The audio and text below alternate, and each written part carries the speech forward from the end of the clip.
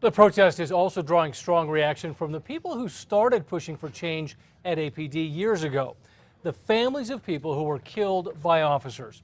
Some think the protesters went too far. News 13's Chris McKee is in the Newsplex with more. Yeah, Dean, we spoke with two families today who both won civil lawsuits against the department. And while they say they understand the anger, they disagree with how things played out Sunday.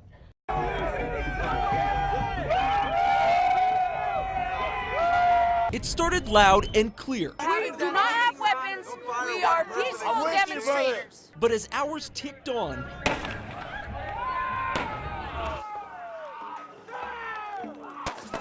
it was tear gas, vandalism, and arrests that defined a protest against APD. And that came as a disappointment to some. There is some rogue people out there on their own expressing their feelings, that's for sure. Mike Gomez has voiced his concern about APD for the last 3 years after an officer shot his son, Alan Gomez. Gomez was shot behind a screen door after a 911 caller claimed he was holding his brother and brother's girlfriend a hostage. Mike says the protest Sunday didn't surprise him.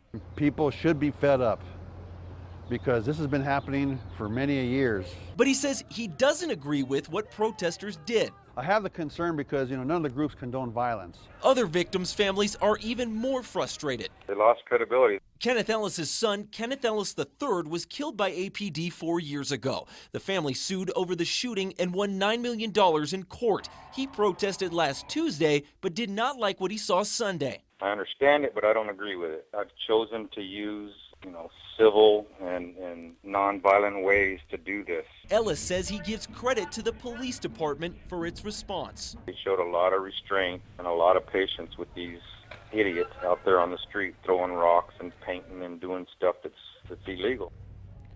And we also heard from Kenneth Ellis' sister, Jonelle Ellis, today. She said about the protest, quote, the citizens should become a part of the solution instead of creating more reason for APD to justify their actions. Dean, back to you. All right, Chris, thank you. And just how much confidence does the public have in APD? According to a new Albuquerque Journal poll, just more than a third of city voters have confidence in the department. The newspaper conducted the telephone survey last week. Now, 6 months ago, about half of those surveyed said they approved of APD's performance. That number has dropped to 36%.